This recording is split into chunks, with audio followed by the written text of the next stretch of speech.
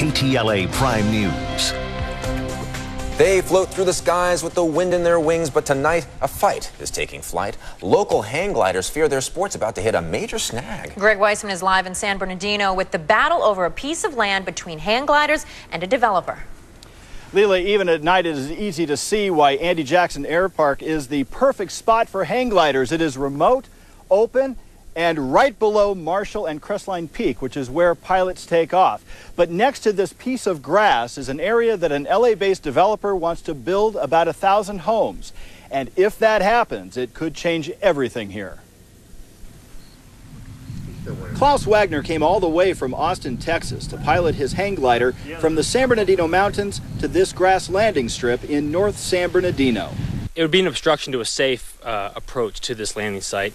That obstruction is a proposed 1,000-home development on the land adjacent to Jackson Airpark.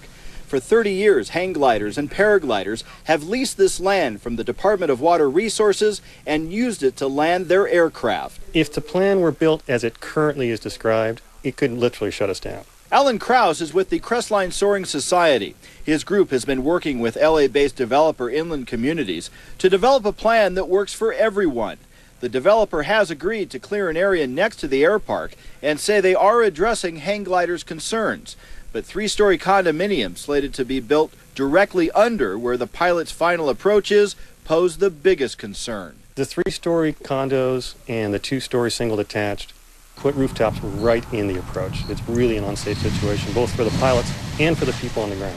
Knowing that there's three-story buildings underneath you with antennas and things sticking up off of them, to me is kind of scary. Environmentalists also have concerns. The land, which sits a quarter mile from Cal State San Bernardino, acts as a buffer zone to protect the university and nearby homes from a 100-year flood.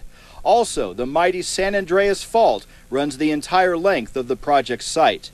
But for this group of enthusiasts, this plan is the latest threat for a sport that is teetering on the endangered list.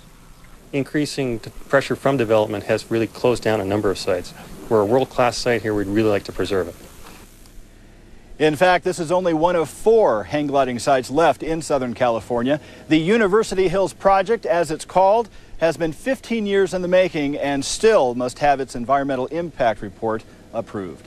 Live in North San Bernardino, I'm Greg Weissman. Leela, back to you. Thank you.